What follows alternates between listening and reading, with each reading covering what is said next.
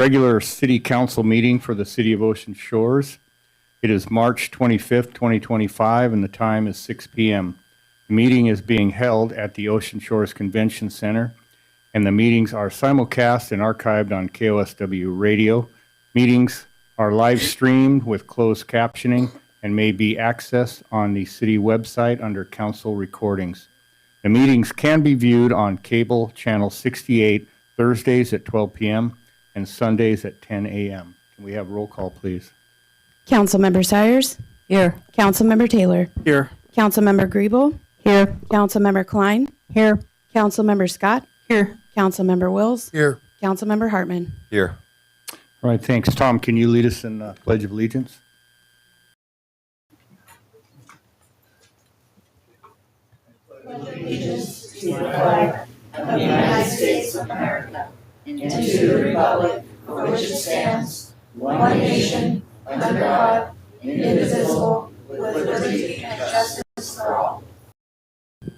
I would like to ask that we take a moment of silence for Bob Peterson and Bruce Malloy, who have recently passed here.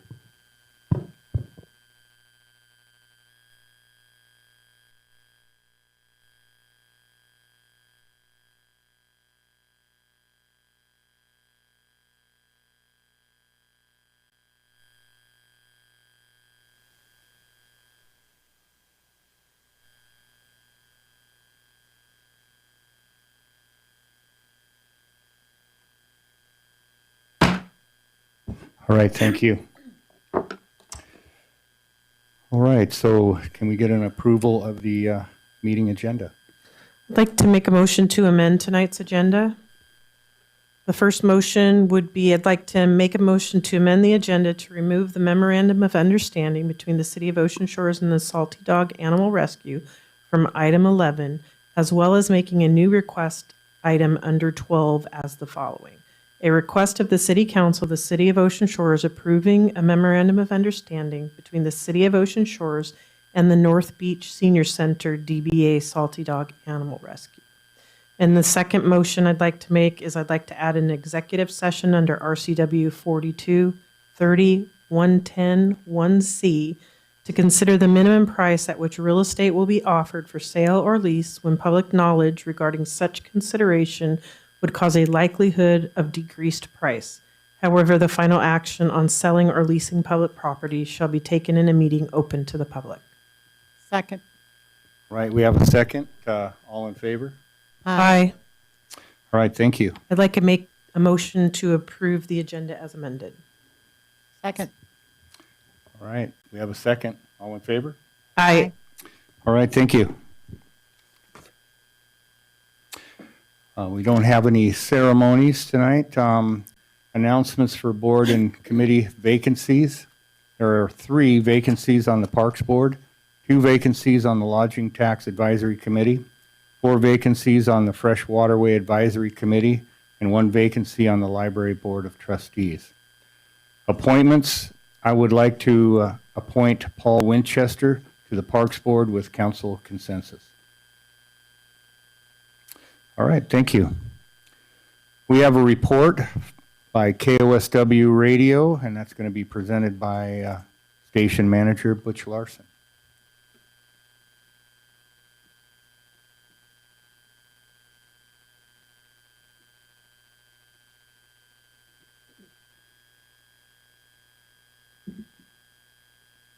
Yeah.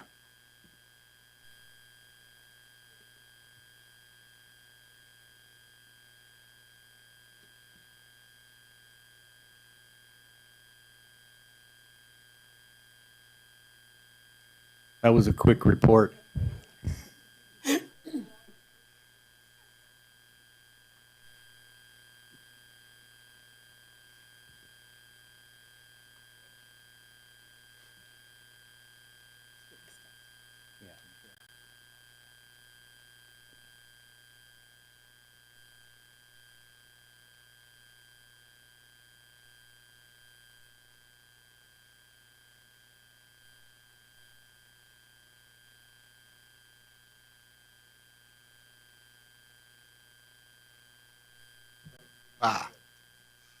First off, I want to thank the City Council for allowing us to come up here and give our report. This is probably the first report I think we've done in many years, I think. Slide.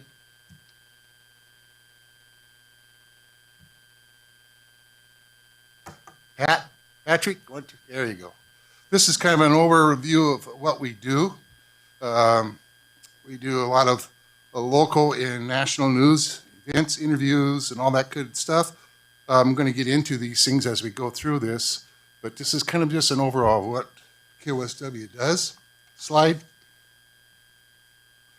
Our morning show provides local and national news events, stock market reports, sports, weather, interviews. We like interviews with the state legislators. We just had Adam Burbaum on here was it a week ago, Scott? I think it was.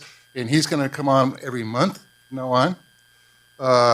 We get Vicki Rains, our Grace Harbor County Commissioner. She comes on every month. We will also get the mayor to come on once in a while, if we can. But I would like to reaffirm that the City Council has an open invitation whenever they want to come on our radio station and talk on our morning show about any events or situations or rules or regulations or anything you guys are codes, whatever you're doing. We welcome you to come on our morning show, and it could be regularly or it can be once, I don't care. You have an open invitation to do that. We are proud to be the voice of the Hayaks. We do all their football games away and home. We do all the boys and girls home basketball games. And we are even talking a little bit now, maybe baseball. We're looking into that. We do this simulcast with North Beach TV. We do the play-by-play with Jerry Knack, who is our sports director, and Noah Knack is our color guy, and Madison Crooks does our field reporting for us. He goes on the field, talks to coaches and players, and I'm pretty proud of it. We've been doing this since I've been there, but this is the best team we've ever had as far as broadcasting. These guys, I've listened to them, and they're, well, Jerry comes from the LA Raiders, so he's had quite a bit of experience in doing this stuff.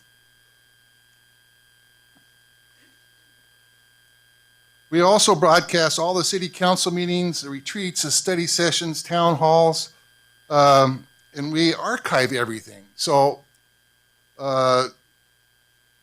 our archives go back all the way to 2022. So if you want to hear what a city council meeting was 3 years ago, at a particular one, you can go in our archives and you can hear our city council meetings back then. Also, we archive all the football games and the basketball games. If you're interested in going back and hearing games, they go all the way back to 2022. And also our interviews in the morning that we do, we archive those too. So you can go back and listen to when Scott's on there. If he said something really cool and you missed it, you can always go back and listen to see what Scott had to say, or the mayor, or a state legislator, or whoever we were interviewing. And plus, we archive all the other interviews, like different organizations, associations in the city area, where they come in and they do interviews in the morning. And so those are also archived. So if you miss anything, just go to koswradio.com and you can look those up and hear them. We also provide music and announcements and stuff for a lot of the festivals in town and different things that we do. We really like the National Night Out. That's a lot of fun for us. It's a fun for the city and all the the citizens and the community out there. So we do that, and that's about it on that one, I guess. Pretty simple. Okay. And our staff, live DJs on a week, 90 hours a week. We also do podcasts. We have science shows. We've got old time radio. We've got all kinds of different podcasts that we do. We even have a paranormal one we do on, I think it's Thursday nights, no, Wednesday nights. Oh, Thursday nights.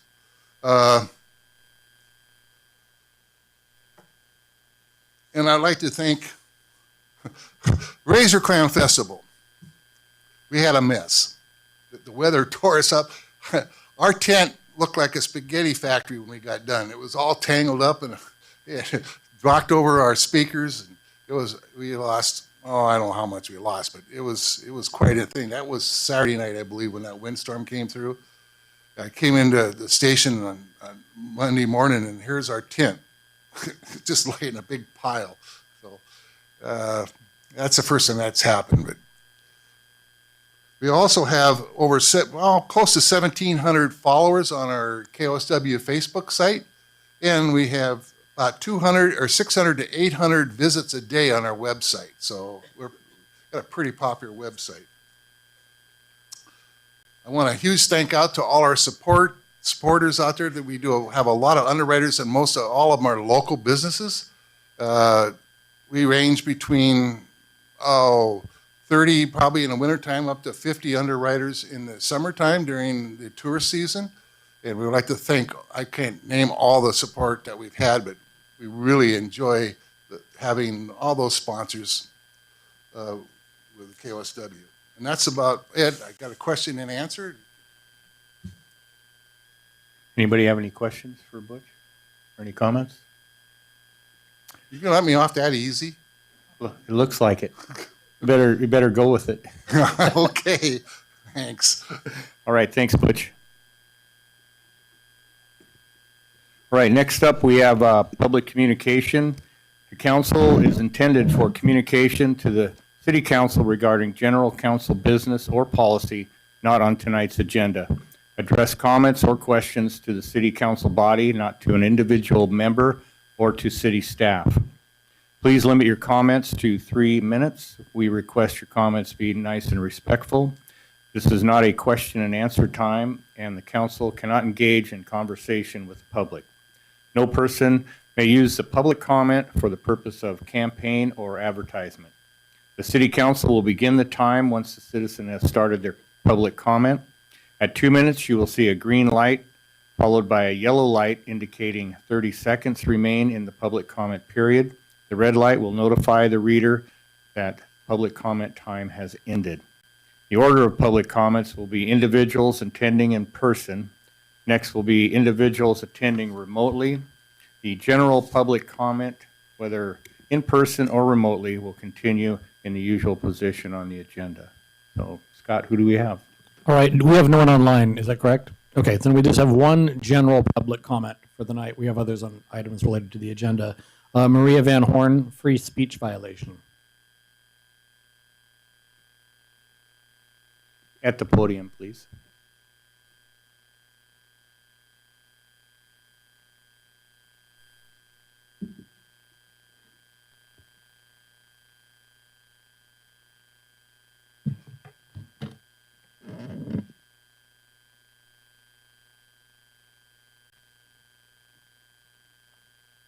Thank you. Maria Van Horn, citizen of Ocean Shores for 10 years and a member of Indivisible Ocean Shores. Can you point out the word on this sign that's banned in Ocean Shores? The word is democracy. It's true. Our mayor decided that the word democracy had to be covered up at a community event because it's a dog whistle for some citizens. The only option they gave us was that the word democracy had to be covered up or our sign would be removed. Indivisible Ocean Shores has used this sign for over 8 years to identify our approved voter registration booth. We have always performed this service as volunteers in a nonpartisan way. We've never received any complaints until June of 2024. During last summer's Sand and Sawdust Festival, the mayor and his staff told our group to cover the word democracy because it was offensive to some citizens and they complained. For longtime residents of Ocean Shores to be treated with such disrespect at the event was shocking. Many of our over 200 members have not forgotten the incident. Our steering committee felt obligated to take the time and explore options in response to this breach of free speech. I can provide each of you a copy of a detailed explanation sent to Bob Ferguson, Steve Hobbs, Joseph McLean, and the ACLU. The advice we received was recall the mayor via RCW Chapter 29A and or file a civil rights violation in court. As we determine our next steps, we decided to use the freedoms we have in this country to use our voices and our right to gather. We are speaking out now to let our community know the dangerous path our mayor is leading us down. We will not be silenced. Our fathers, mothers, and countless others fought for our freedoms in too many wars for us to roll over and quit. We are lucky to be living in a democratic republic. Democracy and republic are frequently used to mean the same thing, a government which people vote for their leaders. Free speech is being attacked in multiple ways. Other words being removed from federal and state websites include elderly, disabled, at risk, poverty, diversity, and the list continues to grow. Democracy breaks down under the pressure to comply, which opens the door to tyranny. My ask on behalf of the Indivisible Ocean Shores is to receive a written letter of apology from the mayor stating we did nothing wrong in displaying our banner as presented. If we do not receive a letter of apology emailed, followed by a hard copy by close of business on Friday, March 28th, 2025, we will continue to take our concerns to the citizens of Ocean Shores so they are aware of what is happening in their communities. Remember 1984 by George Orwell and the term newspeak, which is the elimination of words that represent wrong concepts in order to restrict freedom and independent thought. It's 1984 in Ocean Shores now. That's time. Now is the time to step up. That is for time. democracy. That is time. Thank you. That concludes public comment. All right, we'll move on to council liaison reports and committee reports. Rich, would you like to start?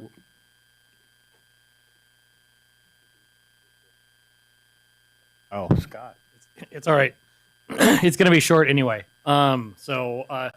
It's been an extremely busy last 2 weeks, but I did want to talk to you about two things very briefly. One is we had a meeting the other day with the Army Corps of Engineers about the repairing of the jetty. I won't go into detail on that meeting, but I will send this to the city clerk's office tomorrow so you can get it. Is the presentation by the Army Corps of Engineers about the history of the construction of the original jetty, what it is they're going to be doing, how they're going to be staging things, the areas they're going to be in. So any city can get a copy of this slideshow. We'll put this on the city website, so it'll be available to you, and you'll have a better idea of what the Army Corps of Engineers is going to do and when they're going to do it. And then the other is we were at an extremely interesting LTAC meeting, and I don't know if, Denise, you plan to cover that later in your part. Okay, then I will, I'm going to let you go ahead and do that because obviously you are our LTAC chair there. So that's all I'm going to talk about tonight. Thank you. All right, thanks, Scott. All right, Rich. I attended both of my meetings. My report for Public Works, we've heard most of the projects they're working on. They're just continuing to work on them. I'll mention them quickly. They're trying to schedule resurfacing Emerson Park and including tennis and pickleball stripes when temperatures allow. They're going to restripe all of the striping that happened last year on the roads and include the torch down type stripes at the jetty. They're working on the exterior of the two 1 million gallon tanks. Phase 2 of the convention center office painting resumes, we believe, April 14th-ish. Green waste recycling starts up in April, and they are applying for a T-Mobile hometown grant for a portable stage and a backstop at North Beach Park. I attended that meeting with Denise and Lisa. They can fill in things I left off. Council of Governments. There was really no new information from any of the members about their cities or their towns that they hadn't already shared once or twice. So I won't go over that. But Steve Rourke was there from Washington State Department of Transportation. He's the Olympic Region Administrator. And he spoke about two of the upcoming bridge projects in Aberdeen happening in 2026 that I'm sure we'll all be thrilled with. They're strategically placed in spring and summer for maximum tourist impact. They'll be closing each bridge and alternating traffic between the two bridges in a one-way fashion. It's going to be crippling over the summer months. Hopefully Lisa and her team can mitigate some of the damages. I asked him about working at night. It seems novel. even though they work at night on I-5 all the time. Since he didn't have great news, I decided to put in a couple plugs for all of the residents on the North Beach, including Seabrook. I appreciate that they're challenged with money. I've never met a state agency that didn't say they had no money, but he's really crying the blues about lack of funds. And so I said, I know you don't have the money right now, but do you at least have a plan? Do you have anything in the archives, anything that talks about 109 and 115 coming out to the coast? We've had massive population increase over the last decade. And even though you might not have the funds, what do you have? And he has absolutely no thoughts, let alone a plan for the future of these two roads. They're not on WashDOT's radar anywhere. So I spoke to him about maybe what if it was an emergency? What if we need to, have better flow out of the city for some emergency on 115? What about the fatalities we've had at 115, 109? And I dropped a seed is all I can say. So it'll take all of us working with them to at least get a plan going or to think about it. So that's my report. All right, thanks. Richard? Thank you. As I do every Friday, I signed warrants. The other thing I want to talk briefly about is I had another commitment and was unable to attend last night's town hall meeting about fiber optic internet. If you have not watched the meeting, the North Beach TV station did an awesome job, both the video and the sound recording on that. And fiber optics is coming to the residents in Ocean Shores. And if I remember correctly, it's going to be pretty darn affordable. Up and down load speed is going to be between 1 and 2 gigabytes. And that bandwidth is going to cost about $80 or $85 a month, which is $30 or $40 cheaper than I'm paying for internet currently. So I just encourage you to watch that recording, North Beach TV. If you go to YouTube and search North Beach TV, it's right at the top. Our first finance committee meeting is going to be next Thursday at 5 o'clock in the evening. And I also attended the radio board meeting today, and all of my thunder was stolen already. Everything I was going to say was already presented. So the radio board is doing great things. The radio station is doing great things. Tune in, and it's kind of cool that our HIACs are being broadcast on the radio. So that's all I have. Thanks, Richard. Allison? I signed warrants on Friday. I attended the town hall yesterday. I will be at the finance committee meeting on Thursday. And I had the opportunity to meet with a new nonprofit group here in Shores, Respite for All. And it is a great organization, and there will be more information coming later. All right, thanks. Lisa Scott? I attended agenda setting, and also we had our first ever public safety meeting on March 18th. So it was really exciting to hear from police and fire and everything going on. We discussed the new business, which obviously it's on the agenda tonight as the dog kennel. There were some questions and answers that were provided, I think, to the satisfaction of council going forward. Also, the police department, obviously new building is a big challenge and something that we are looking at. They've had some issues connecting to servers. The space is pretty small. The hallways are narrow. There's no interview room. It's just officer safety issues, and there's absolutely no storage. So obviously it's not functioning for how we use it today. And we need to make that a priority, and I think we're working on that. We're also in the process of purchasing 3 new vehicles and still in need of an investigator. Citizen Patrol is doing well. They have vacation checkers. They report damage to owners who may not be in town. Night Watch checks businesses. They had... I think there were a couple businesses that were actually, when checked, that doors weren't locked, so that's been good. The radar trailer has been fixed. It just needs to be put back together. But all the components have come in and they're working on that.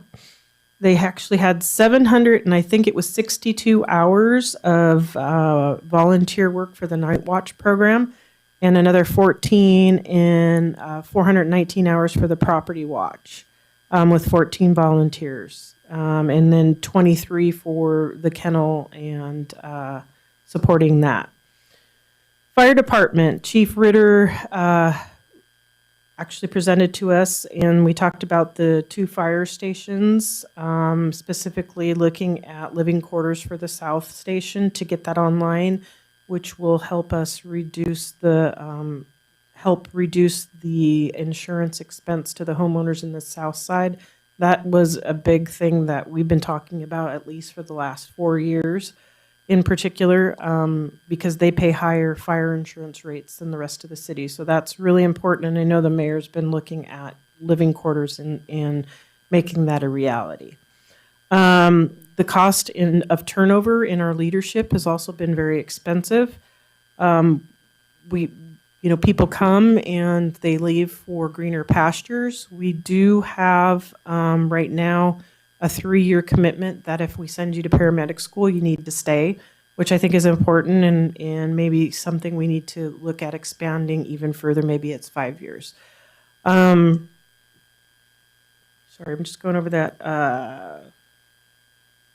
They're continuing to struggle. I know when we come into the next cycles, we really do need to take a look at our rates, not just our ambulance, but also our utilities. They're struggling to maintain existing levels with the rates they have. They're averaging about 6 to 10 EMS calls per day, and just know that they are building.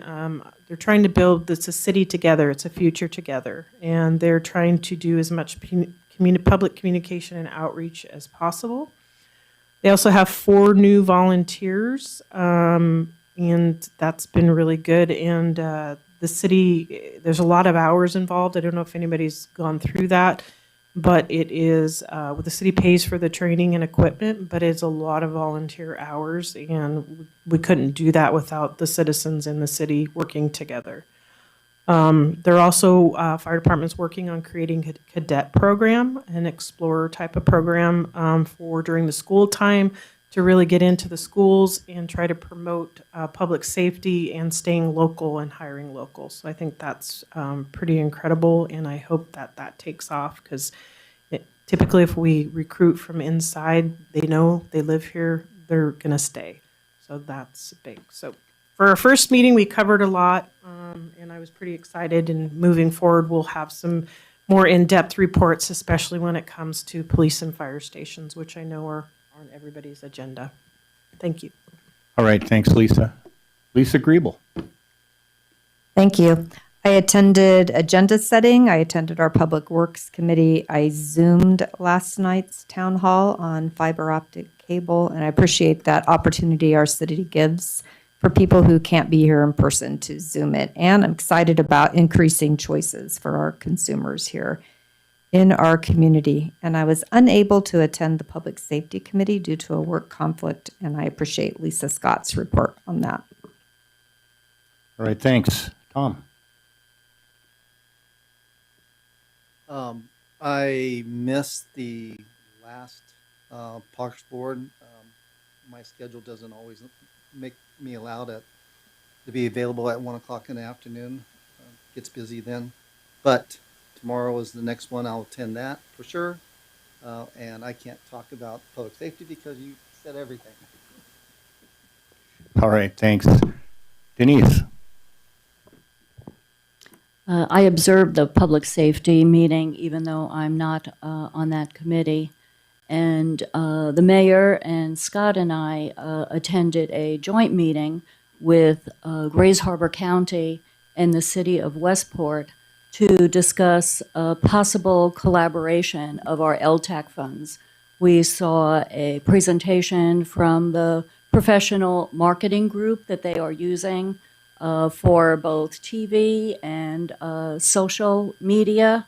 and it was very impressive. So we're continuing discussions with them, and hopefully there will be more coming on that. Do either of you want to add anything? No, I just want to say that obviously it's been a long time since the city of Ocean Shores, I don't know how far back it goes, has collaborated with the county. And by the three of us coming together, we can obviously get a lot more for our dollars in promoting both Grays Harbor and Ocean Shores. I will say that the products that I was able to watch, all of them ultimately, that they did for Westport and other spots around Grays Harbor were absolutely phenomenal. If I was watching that and I lived in King County, I'd immediately want to get in my car and go to some of these places. Really, really quality, professionally done promotional videos that aired on like Evening Magazine in the Seattle market, and we really need to do that with our LTAC process. It made me really think about what we're doing with LTAC and what we could be doing to improve that process greatly. So, if anyone wants, I can even put those videos out there if you want to. They are worth watching. There are different spots along Grays Harbor that you might want to visit, and it's well worth it. Like I said, it would make me want to go to that. So I can give them to the city clerk's office, and you can take a look. But they're well done. Yeah, and the value for the money of the collaboration of the three of us was really quite impressive. So more coming on that.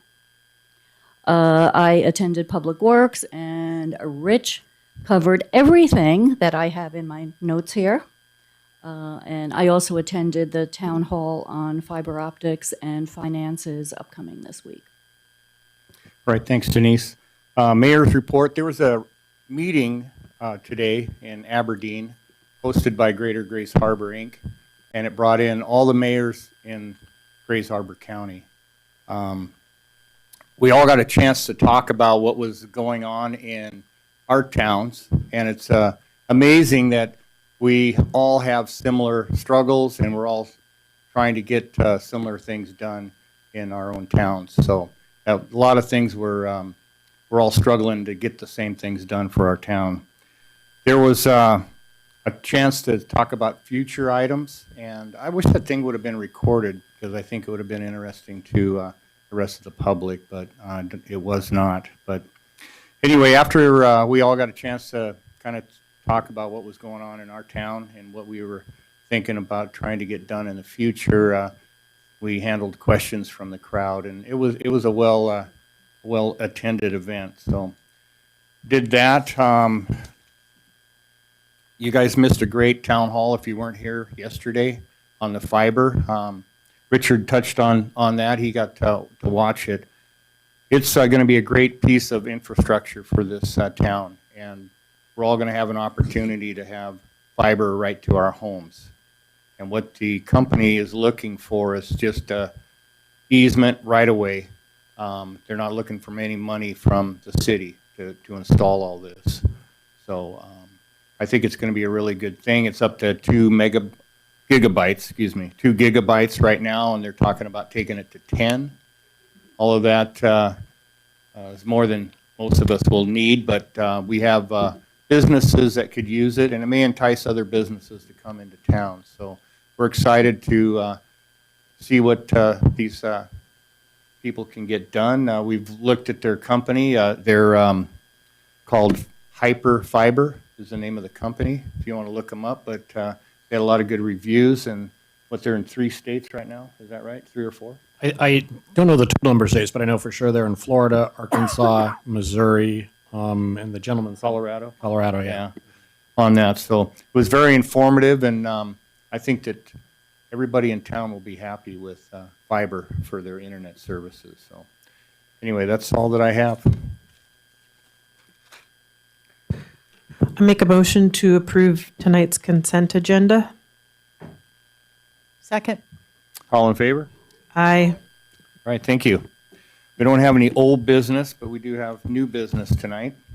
We have an ordinance of the City Council of the City of Ocean Shores, Washington, amending sections 6.04.020, 6.04.040, 6.04.055, 6.04.060, 6.04.062, 6.04.065, yes, and it keeps going on here, 6.04.110, and 6.04.16 of the Ocean Shores Municipal Code relating to nonprofit designee licensing, impoundment, adoption procedures, fees, and confinement of animals within the city, providing for servability and establishing an effective date.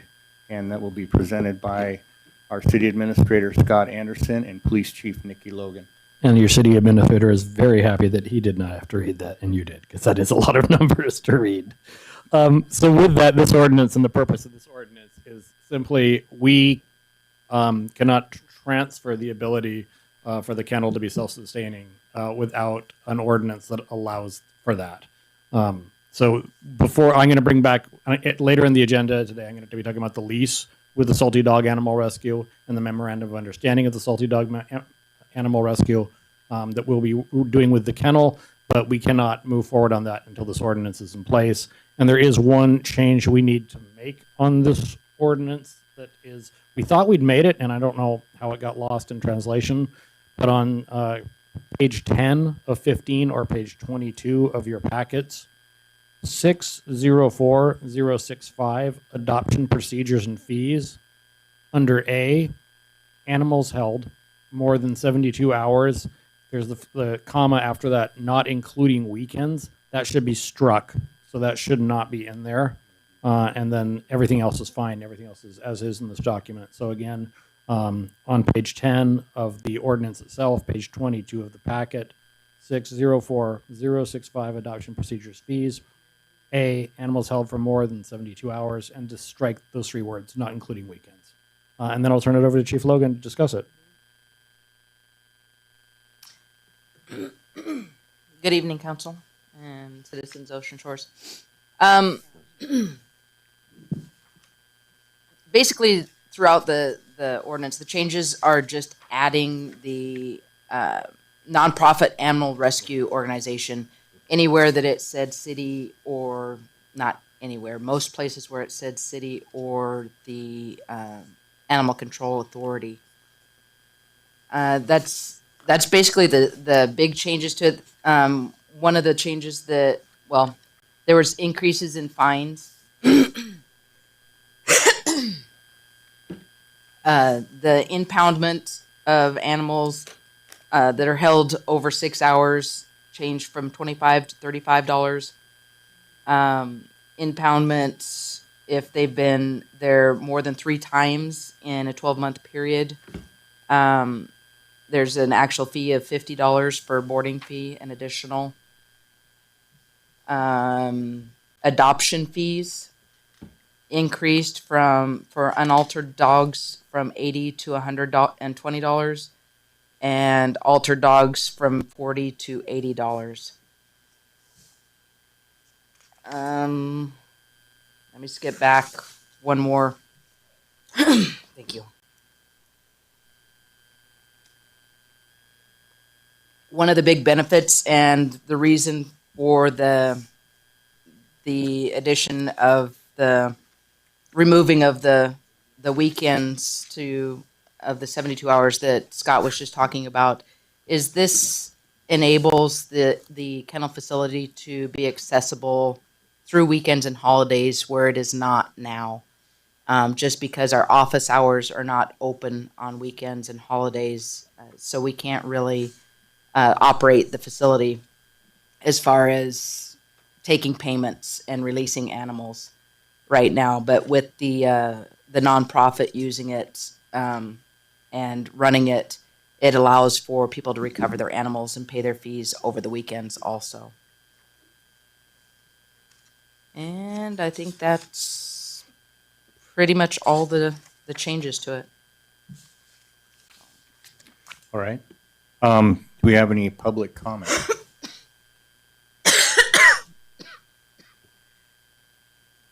No? All right. No public comment. Council questions, discussion? We have none? Yes, Richard. I do have just one question. I'm not sure this is the right place to put it, but my question is, there's 3 kennel cages in that shelter, and there's 5. There are 5. Okay. Well, still, my correction. Thank you.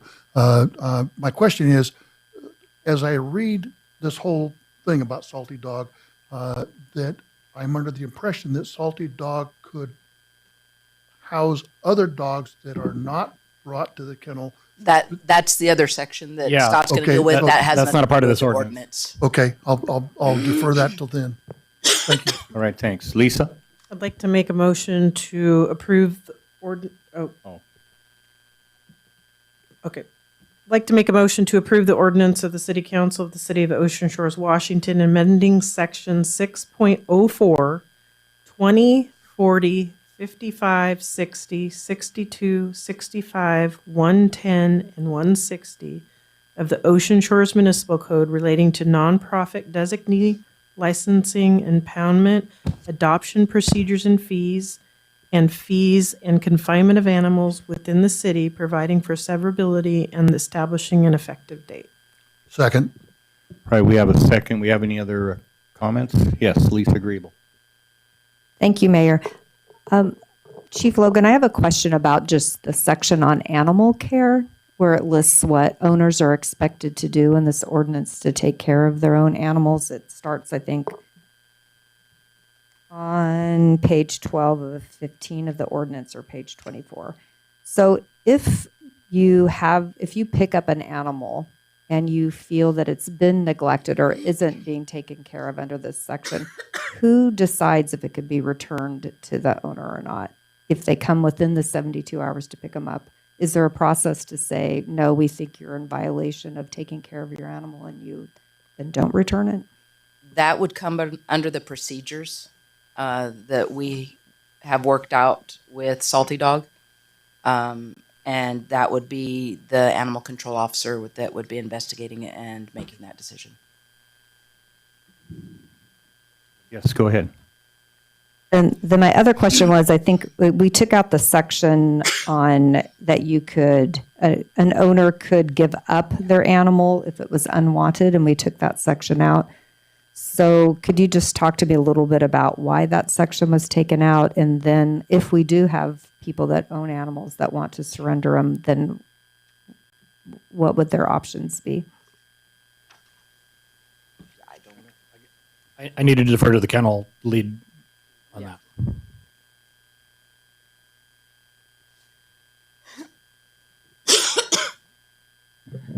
So with that, what we are going to do with that, because when you open it up and we found it, people just start dumping, surrendering. And as we know, once again, it was just mentioned, there's only 5 runs at that kennel for the moment. So what we will do is what we've been doing and had such a success with the adoption rate is we will get with those people, tell them we will help them as far as getting the word out, this dog needs a new home, and help them as far as either flyers or whatever we need to get the word spread to try and find the animal a home. Thank you. Any other questions or comments? All right, we have a second on the floor, so all in favor? Aye. All right, thank you. Next up, we've got an ordinance of the City Council of the City of Ocean Shores, Washington, establishing Ocean Shores Municipal Code, Chapter 17.49, providing for servability and establishing an effective date regarding short-term rentals less than 30 days. And we had to come up with a new ordinance because we have some people that, quite honestly, are just thumbing their nose at us, and they are doing overnight rentals in areas that are not zoned for overnight rentals.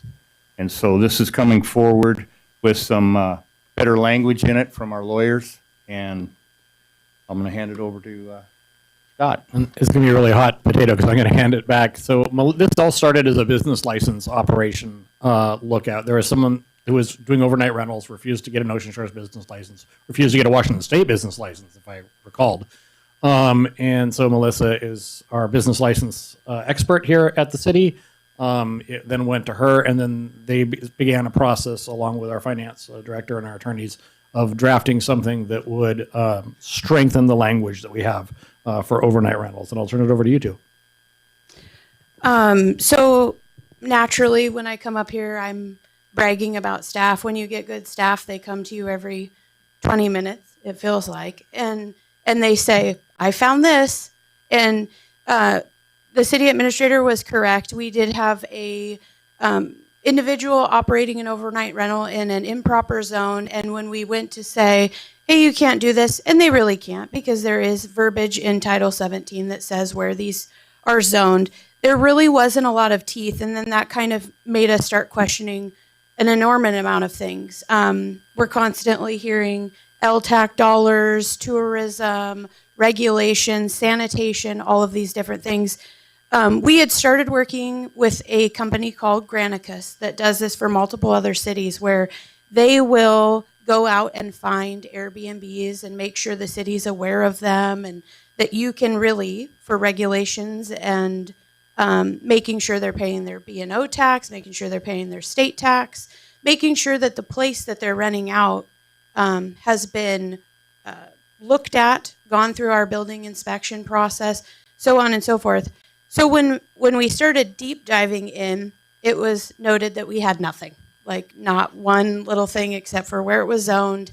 And so we started, I shouldn't say we, Melissa did an outstanding job. She looked at Seaside, Westport, Leavenworth, a little bit in Cannon Beach, these hot commodity tourist communities, and kind of looked at what their verbiage was for overnight, short-term, less than 30-day rentals.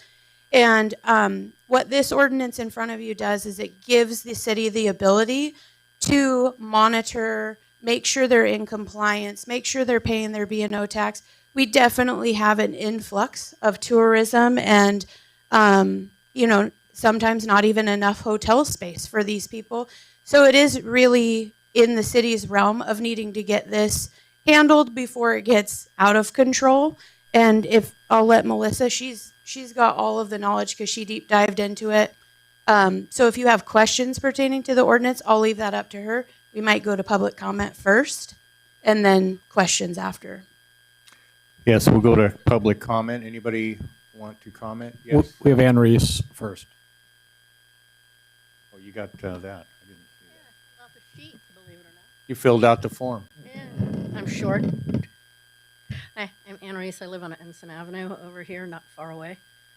First, I want to thank the folks with the city staff and council for the work that they've done on this. It's definitely something that was long overdue and needed. But I've got a couple of concerns with what's in it, or rather what's not in it. First, I don't want it to appear that we're willing to approve permits under the conditional use permit because property is not a B1 or B2. It's a residential zone area. If we don't intend to ever issue that, then we shouldn't have that in there. We should just say it won't be allowed. If it is allowed, we should say what the criteria, in addition to the same things that B1, B2 have to do, what does a private owner need to do in a residential in order to get that approval? I think that's really important. And then the second thing is that we're really weak on talking about all of those taxes that Sarah just mentioned.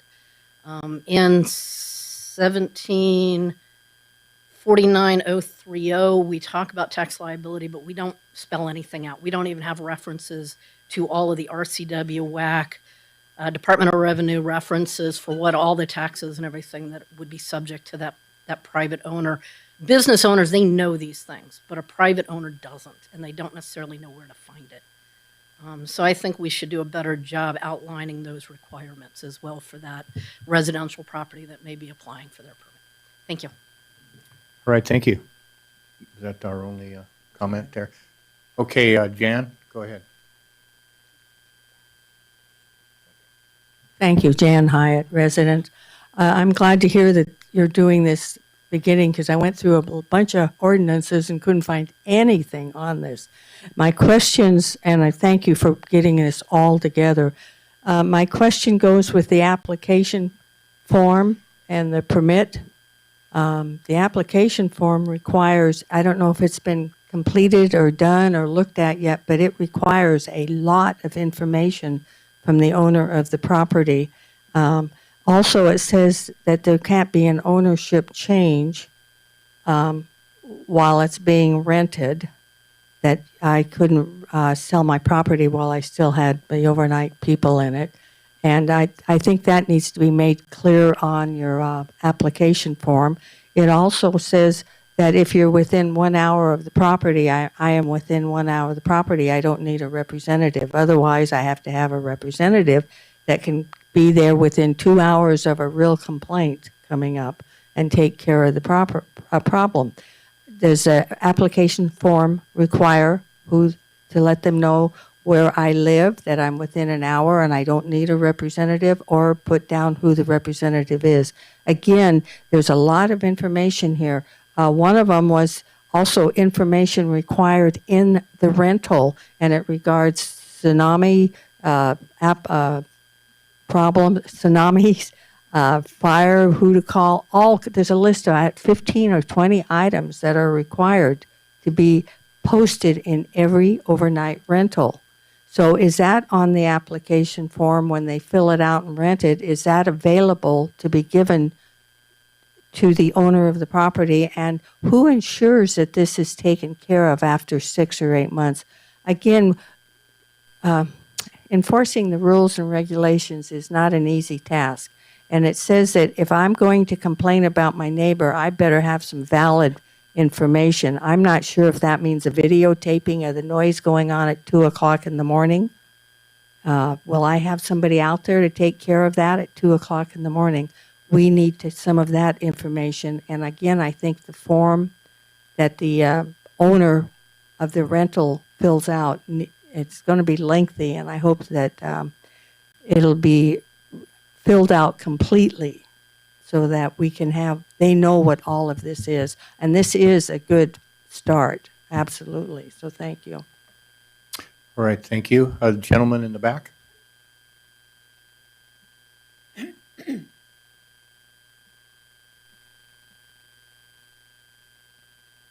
Chris Trottenberg, resident. Also am the guy that would respond within 2 hours to somebody calling with a complaint, and have been doing so for several years without the law telling us to do so. I would just like to say a couple of things. I'm totally unprepared for this. I just learned about this 6 hours ago. It's a shame that somebody not zoned to be doing this caused all of this, when apparently people that were zoned to be doing this aren't the actual origination point of what's going on here. I have nothing wrong with the city trying to get their taxes good. Get the taxes, get the income. That's basically how this town survives.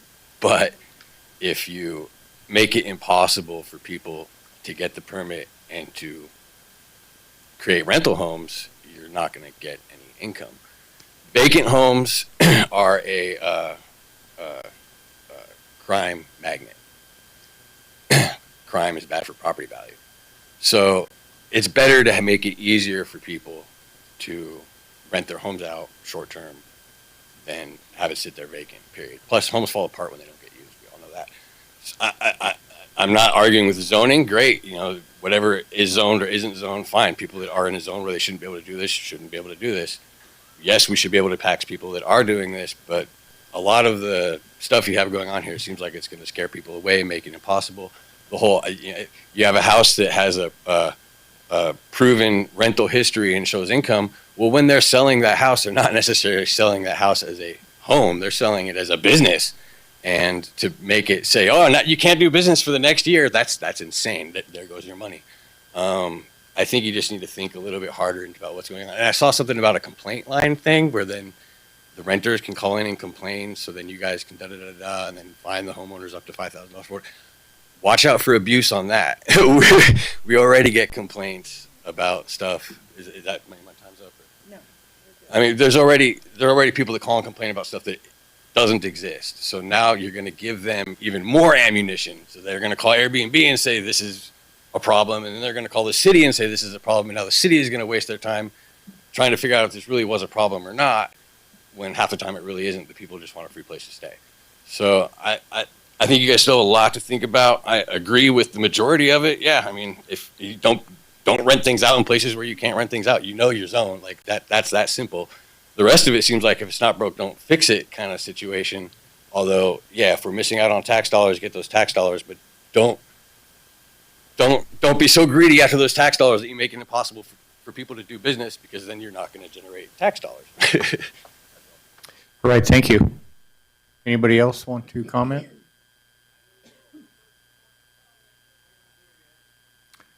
All right, council, questions, comments?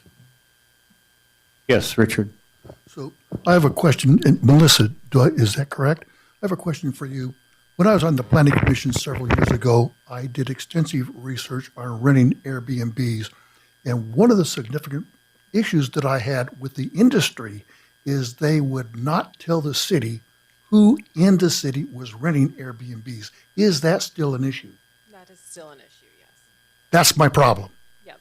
So And the item with Granicus that we're working to get on board with is they take public information, so anything from the Grays Harbor County database, and they'll compare it to real estate listings to confirm an address. So they provide 3 proof of address items that would hold up in court.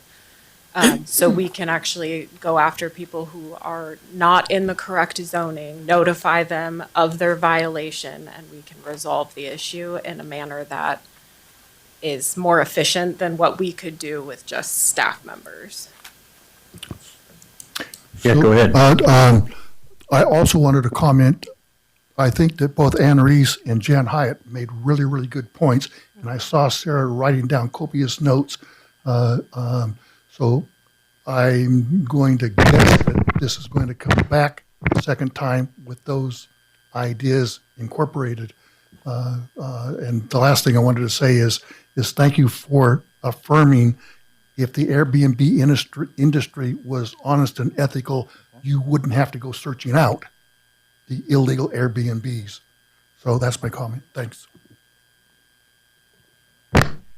Any other, you want to comment? Senator? Just really quickly on Anne and Jan's, we were very specific because this was going to be a new chapter and it is a big topic and it was going to be a first reading.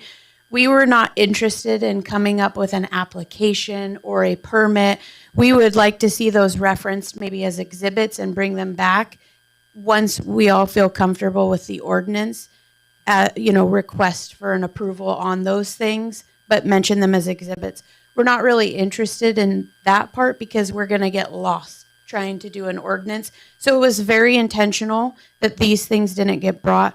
It also has a pretty extensive effective date even then when you pass it, and that's to give us time to get those things in place and work with council and of course our building official and so on. So we're just looking at how we feel specifically about the ordinance and where we want to take the direction of the city. Unfortunately, and to the gentleman's comment, Ocean Shores is being drastically abused, and we do get a ton of complaints. It's not that they're operating. I don't want to take that away from anybody, and no one's trying to make it harder. It's trying to do it with regulations. The house is safe. It's been reviewed by our building inspector. It has the commodities. We will have, as a part of the approval of the application or the issuance of the permit, we will have the documents where they can get them, hyperlinks, whether it be, I think Councilmember Griebel mentioned a QR code. We could absolutely do a QR code so that, they are in the know of what's happening throughout the city, burn ban, here's where you get garbage bags. Whatever the council and administration choose it to be, but we needed to start somewhere. And this was an outstanding start from researching all of these other cities that already have established this and probably have problems of their own. So that's where we're at right now. All right, thanks. Yes, Lisa Scott. I just wanted to say one thing because it's in the code that it's not preventing an owner from selling the house if it's rented. What it is it's no new bookings for the property shall be allowed until a vacation nightly rental permit for the new legal owner is obtained, because that would be illegal on our end. So I just wanted to make sure that was clarified in there. All right, thanks. Any other yes, Lisa Griebel. And thank you for doing this and the work on it. And I know that you looked at a lot of other cities that already have codes like this, but I just, for my own learning, the piece about applications, it starts on page 3 of 9 of the ordinance and then goes into page 4 of 9, has the piece about where if you withdraw your application, you can't reapply for 180 days. I just was curious about why that's in there. What is the thought behind the delay to reapply? It allows them to correct any errors that they have and allow us to not necessarily kick them to the back of the line, but we're probably going to have a backlog for a period of time, and it's going to allow us to get back around to these individuals. It's completely up for discussion if we want to change it, but it's to give kind of like that lag period so corrections can be made. All right, Denise. Yeah, I just wanted to say thank you also. We know that we have a problem with our hotels and motels and having regulations connected with the Airbnbs do provide people coming into town with other options, but making them safe and making them follow the regulations, including knowing where to get their garbage bags and what to do in case of an emergency is really critical. So thank you on that. All right, thanks. Any other? Yes, Richard? I also want to thank you, Sarah, you and Melissa and all of your staff for the work that was put into this. It's a pretty darn good start. And as I already said, some people brought up some comments. So I'm assuming that this is going to come back at the next council meeting.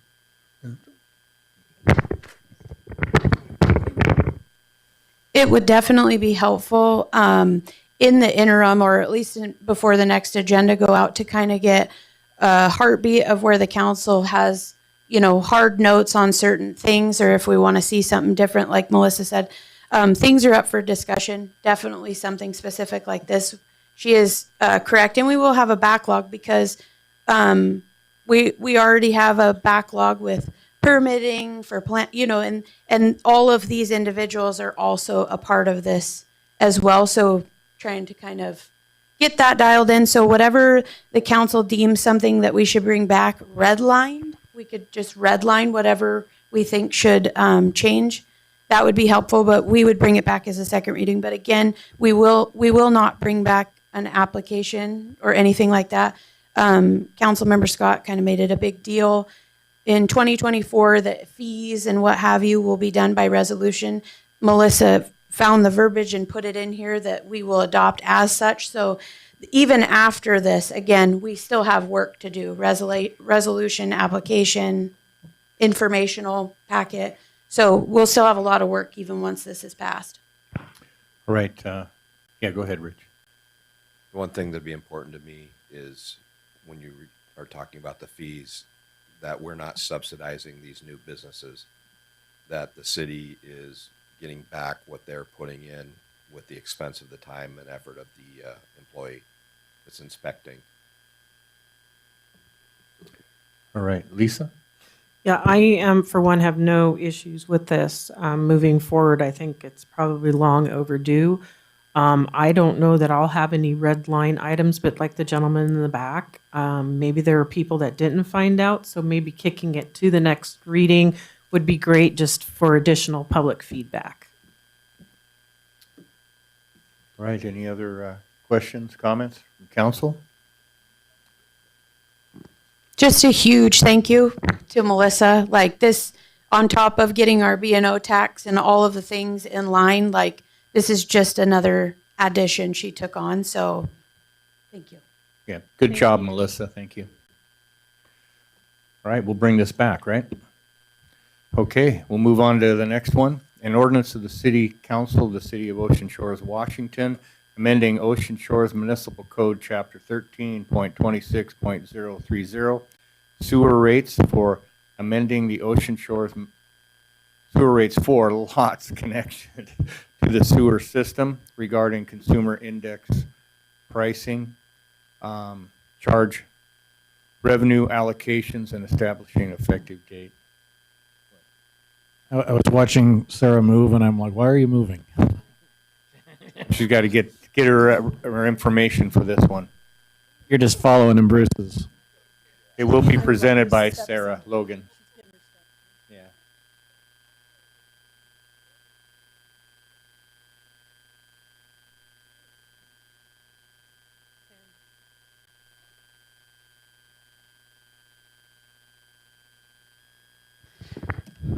Okay, so in 2024, or excuse me, in 2025, the Ocean Shore City Council adopted to add a CPI with a cap at 3% on our sewer utility. At that time, we had discussed that there's no point in having that CPI when the operations fund's fine, but we were more worried about the improvement fund or the capital replacement fund. So in order for me or whoever comes after me to follow what the council's will at the time was, we needed to put it in ordinance form.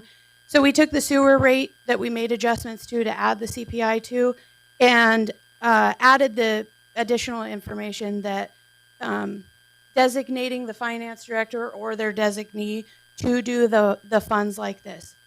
The one thing I will say to council is that when I was writing this ordinance, I was having a heck of a time because we started with an effective date of March 1st with that CPI. I have never backdated an ordinance. So I got with Kendra and we kind of went through, Kendra's our city attorney for those listening. I got with her to see if there was a way or an RCW or what have you, and there's not. So the plan is that council would like this money to go to our Fund 430, which is our sewer capital improvement fund. In the event that you pass that, we would begin that April 1. We can estimate the money for March, and we can move that money based on a budget amendment 1 that would come to the first meeting in April. So where the ordinance says effective April 1, we can take care of that, but still move those funds from March because that was the intent. So that's it. All right, do we have any public comment? Yes.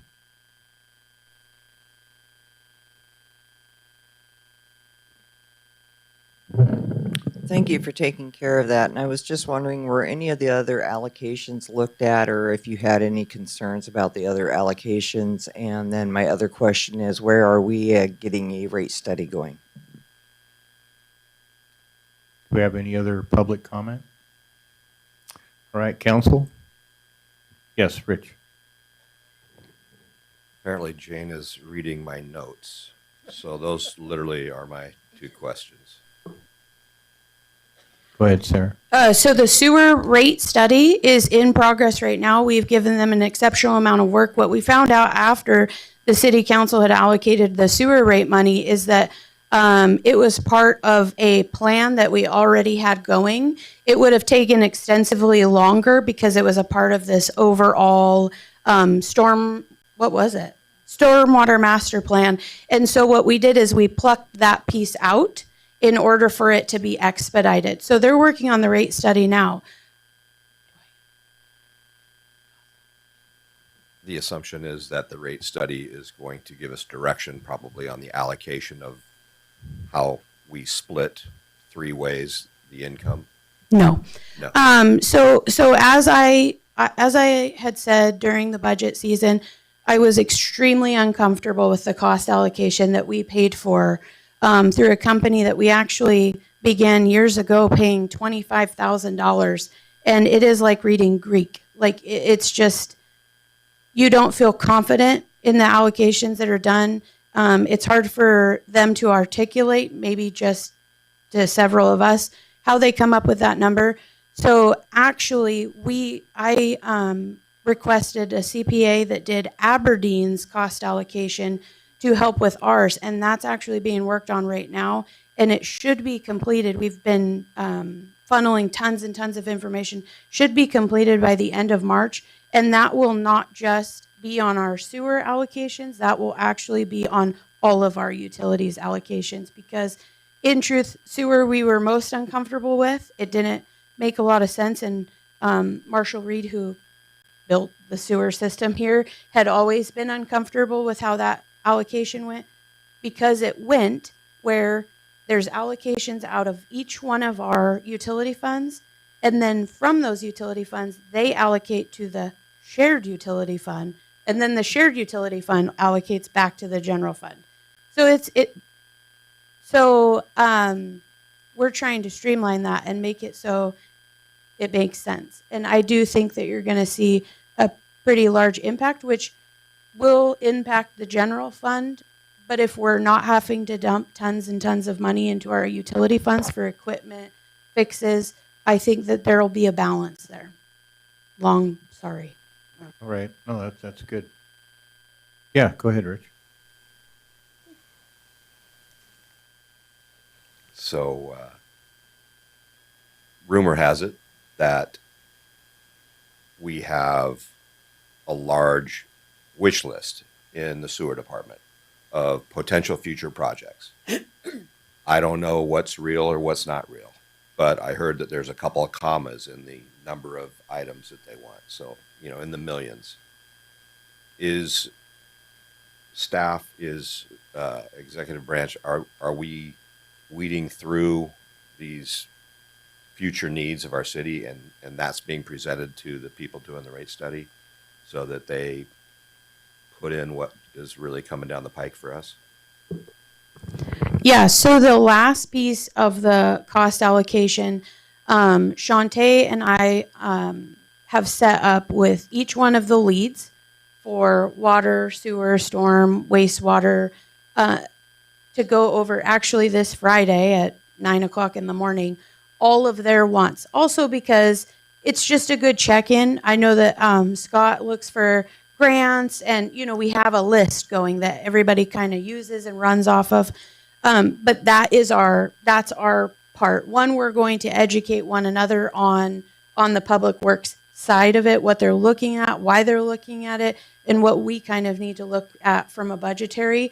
It can't come down to people that never come to council and go, well, we need money for this. We need to financially advise you when you're going through these things. Hey, we really need to automatically put $50,000, each budget towards this. So we're going to establish that on Friday, and that's the last piece of this cost allocation, is those extras. Anybody else? Yes, Denise? Just a question. Do you have an anticipated timeline for the completion of the allocation and the rate study? The allocation, we should have everything compacted and to her that she's just running final numbers after this meeting on Friday. So an end date of end of March, first week of April. And then we'll wait probably not even a week for the report. The rate study, I do believe, is about 2 months out at this point. All right, Lisa. I'd kind of like to go back to the agenda item. Actually, we think we got off course a little bit with the rate study. But I, for one, don't have an issue with starting this to go into Fund 430 on April 1st, so there's no having to backdate or come back with an amendment.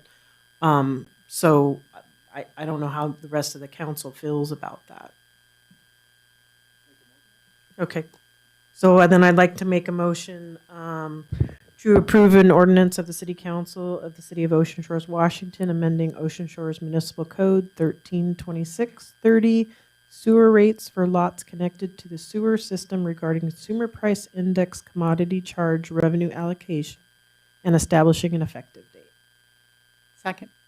We have a second. Any other comments? All in favor? Aye. All right, thank you. All right. Next up, we have a request of the City Council of the City of Ocean Shores, Washington, approving a lease agreement between the City of Ocean Shores and the North Beach Senior Center, DBA Salty Dog Animal Rescue. This is presented by Scott Anderson. All right, good evening. So originally this came before council as a single agenda item. It was the lease agreement and the memorandum of understanding. That was done at the last council meeting. Council voted to move it to the Public Safety Committee meeting and not here. Which is why it's still new business and not technically old business. I've broken this up, so we're going to start with the lease one. The lease, this is pretty straightforward. None of this is about how the kennel will be operated or anything like that. That'll be in the second one, the memorandum of understanding. So this simply confers the ability for the city to enter into a lease agreement with the Salty Dog Animal Rescue and the North Beach Senior Center. It's not the first time that we've done this as a city, of course. The Lions Club is also a building that is a city building that is operated by an independent entity. The CIC is a city building. The golf course, of course, is a city building operated by Troon. And then, of course, we have the radio station as well, which is a city building. So we're just simply in this agreement. You'll see some red line changes. This came about as a conversation. The thing that we did not have originally was the actual business license. We couldn't look it up because it was too new. It was not online. I did then pull this business license a few days ago, saw it said the North Beach Senior Center, and the business name was the Salty Dog Animal Rescue. I then conferred with our city attorney that since Jeffrey Martin Moyer is the officer and owner of this, that he will have to sign it. So we just simply added the language North Beach Senior Center, and it should also be, just for the record, the Salty Dog Animal Rescue. And all of these, it's in some, but not in others. So the North Beach Senior Center, Salty Dog Animal Rescue. Other than that, it's a completely standard lease. The only thing that we've added to that from the last time was one section down here at the request of our attorney that is a binding memorandum of understanding that is required. And what that means is this lease will be terminated if the MOU provisions we've written are not followed by the Salty Dog Animal Shelter, or in the event that that memorandum of understanding is null and void at some point. So other than that, this is just a straightforward lease agreement. Is there any public comment? You don't have the red line version?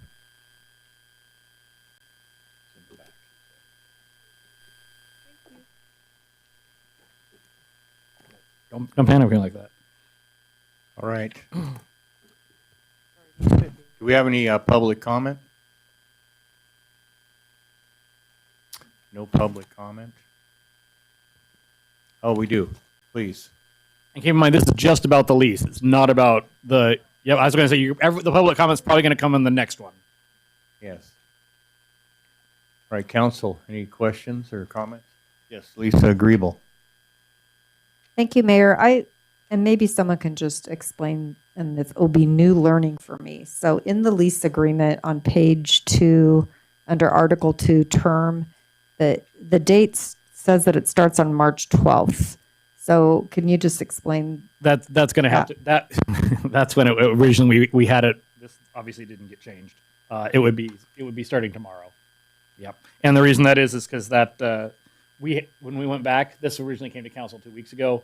It was supposed to start it then, and then we got pushed off to the safety committee meeting, so that just didn't get changed. That would go into force tomorrow. Any other comments, questions? Yes, Lisa. And then my other question for my learning is, I know that during the budgeting process, we budgeted money for kennel improvements. So those still continue. Is that correct? To the improvements of the building itself, yes. That will be ours. For the kennel improvements, what ones are you specifically referring to? So if memory serves me, there were things about improving like the kennels that the dangerous dogs go into. We were looking at making those more secure so it would be safer for the volunteers. So I just was unclear about. Let me let Jane address that, or Chief Logan. So do you want to go ahead?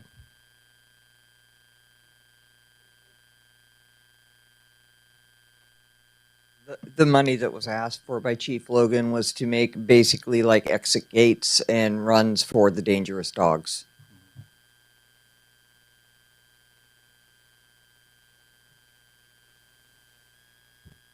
So then my question is that the money that was allocated in our budget, then is that still go forward even though the lease agreement? So is that? I would imagine that would still go forward. Yeah. Yes, Rich. asking for direction here. I'd like to ask a couple questions of the applicants. Should they have a mic, or do you want them here? Would you like them? Is it about the lease itself, or is it about the memorandum of understanding? It is, I as a council person can't vote or approve the lease until I get a question Okay. answered. So Then it's go ahead really and let's about bring the procedure, how the you lead want volunteer up. Okay. And also, Miss Vivian.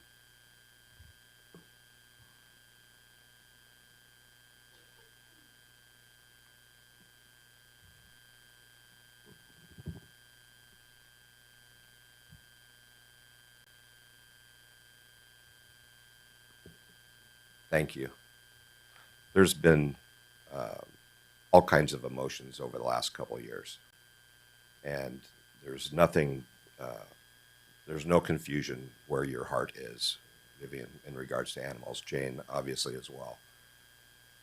But I know there's a lot of talk about this and that, and what's really important to me, because I know where your hearts are, that I ask the questions so that it can be heard. And it's really important to me that when you're dealing with any current officer or future officer or code enforcer, that you're able to interact in a way that's I don't want to say courteous, but it's that you're comfortable interaction. It's not going to be a friction point at all times, because for this to be successful, we know how hard volunteering is. Jane's a perfect example. And you put your life into it and you work hard, and it's hard. And what we can't have, in my opinion, for me to want to move forward, is if you can't be comfortable with interacting with one of our officers or code enforcers now, it's not going to last. And I know there's a lot of history, and I just want to sincerely ask how you think you'll be able to move forward with all of the history we've had. So I know most of that was directed to Vivian, but I would like to answer first, and then she will have the opportunity to answer your question. So since I've been at the kennel, it has always been operating with the officers. The officers have been great. They come in and even play with the puppies and this and that. It's been great. Also, this is partially addressed in the MOU about the interactions, and then if there's anything in there, then we will have a conversation with the city administrator, but that was addressed. There's been other things talked about just amongst people involved, as far as the officers will still come and go as they do. None of that protocol has changed at all.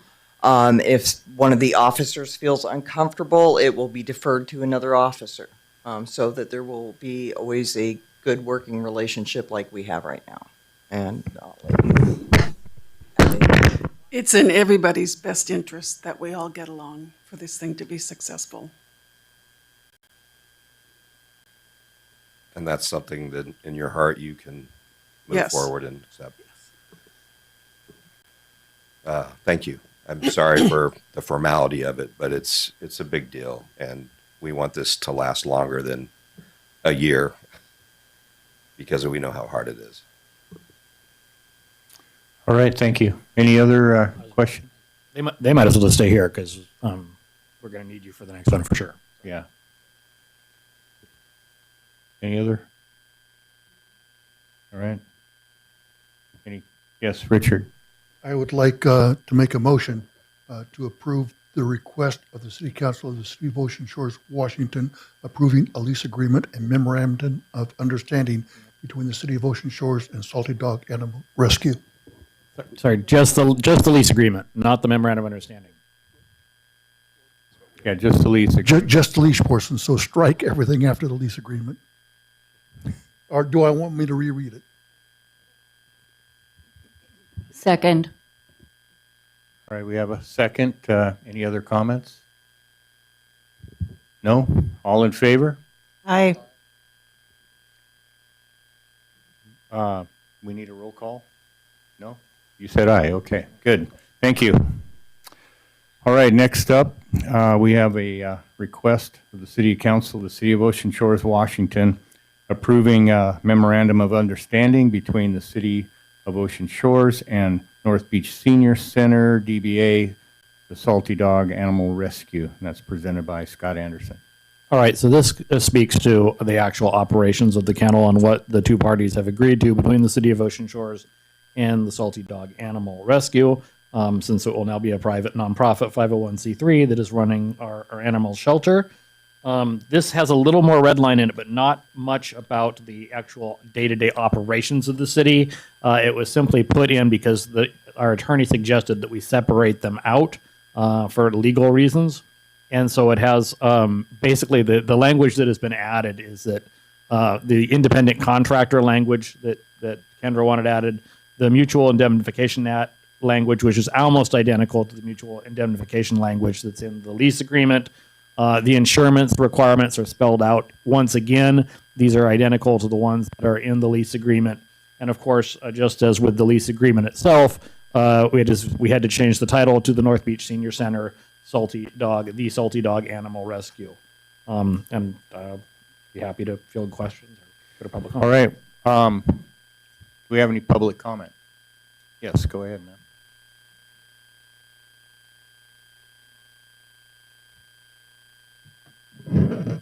Hello, my name is Kate the C. Ivers, and I have been a volunteer at the City Kennel for well over a year now. I have worked in the field of dog rescue for over 50 years. I've worked with many different nonprofit dog rescues, doing everything from fostering to field captures, fundraising. So I'm pretty knowledgeable and familiar with how these nonprofits operate, and I thoroughly understand the benefit to dogs. I currently have several nonprofit dog rescue dogs of my own. I'd like to say, first off, that we're very fortunate to have Jane Shattuck, who has taken the responsibility of looking into establishing this nonprofit dog rescue. And if you know Jane or have worked with her, you're very familiar with her passion for helping dogs, as well as she seems to have a very keen mind for business. So when she started looking into this situation and working with the Salty Dog Rescue and establishing it as such, she was very careful to dot every I, cross every T, meet with everybody who would be involved, ask every question that she could possibly think of, and do everything thoroughly to ensure that this would be a success. And then we have Vivian, who comes to us with many, many years of experience in dog rescue, and of course that same passion, as well as she's very, very supported by the City of Ocean Shores. I'd like to mostly speak tonight about volunteers, of which I am one, and give you a little information about what our volunteers do. Our volunteers are phenomenal. I've worked with them for over this last year. They come early in the morning, they stay late at night, they've gone through windstorms, rainstorms, snowstorms, hailstorms, everything we get here at the ocean. And they're just amazing at their dedication, and they'll do anything for those dogs in the kennel, no matter the cost. And then the cost makes me think of the different times that these volunteers, out of their own finances, have paid for things like medication, vaccinations, vet checks, and just willingly, lovingly contribute and do that. We'd be hard-pressed to find another issue that people care so deeply about. People are dedicated to helping animals, and I've noticed that especially here in Ocean Shores. And I think that it would be really sad if we did not take advantage of this moment and follow through on the work that's been laid before us. The pathway is clear and the foundation is ready. All we need to do is go forward and say yes. So, Council, thank you for reconsidering this once again. It's greatly appreciated. And on behalf of dogs everywhere, thank you. All right, thank you. Do we have another public comment? Yes, go ahead.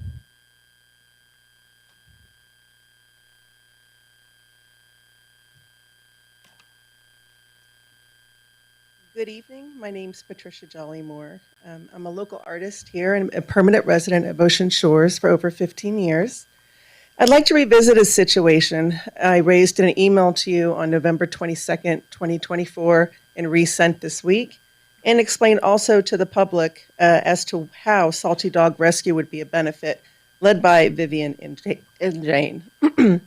It involves a German Shepherd from my neighborhood that ended up in the police impound. When it arrived, the signs of neglect were undeniable. Patchy hair loss along the back, nails overgrown at least an inch, and he was roughly 20 pounds underweight. I'd also witnessed physical mistreatment of this dog a year or more earlier, which I reported to the police at that time. This wasn't the dog's first stay in the impound. During its most recent intake, after the mandatory holding period, it was briefly listed for adoption, only to be returned to its original owner 24 hours later. No veterinarian care was required, no documentation. I saw the dog again last month, and its condition remains unchanged. After my original email, I received little to no response. This situation highlights the value of a nonprofit like Salty Dog Animal Rescue. Had such an organization been involved, the dog returns to its prior environment could have been reconsidered and would likely have received necessary medical attention. Nonprofits like the Salty Dog Animal Rescue are equipped to prioritize animal welfare through consistent care and access to resources. For example, they can pursue statewide and national grants, which will support veterinarian expenses, community education and outreach programs, adoption and spay and neuter initiatives, facility improvements, and broader support for homeless dogs. Salty Dog's leaders, Vivian and Jane, bring extensive experience in animal rescue and care. They've managed lost and neglected pets and rallied community efforts, skills that equip them to run an effective operation. I would also like to point out that North Beach Paws does not service Ocean Shores. They service outside of Ocean Shores to Hoquiam. We need a shelter that follows similar values. In conclusion, I recommend supporting the nonprofit Salty Dog Animal Rescue to enhance our community approach to animal welfare. Vivian and Jane's involvement could transform how our shelter handles cases like this one, preventing more animals from slipping through the cracks. I encourage your consideration. Thank you. All right, thanks. Do we have any other public comment? Yes, go ahead.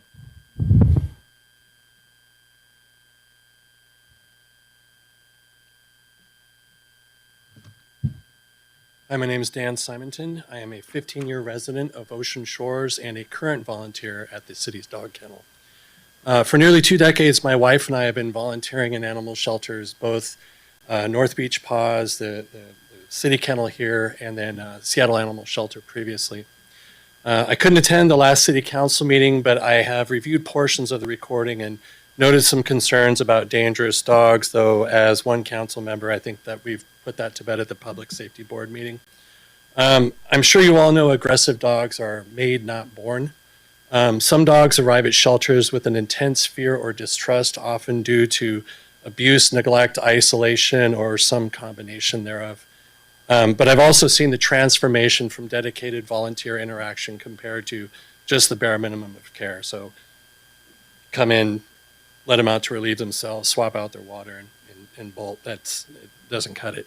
I can say with confidence that Vivian and Jane, through Salty Dog, are committed to the needs of the animals that come in and are taking a holistic approach to their care. I don't know Vivian personally, but her commitment to this cause is well known and highly regarded among the community.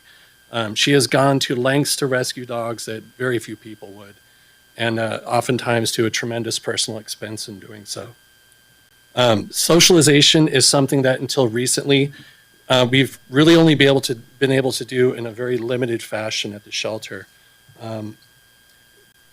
I can tell you that socialized dogs are more confident, adaptable, and better behaved, increasing the likelihood of a successful adoption.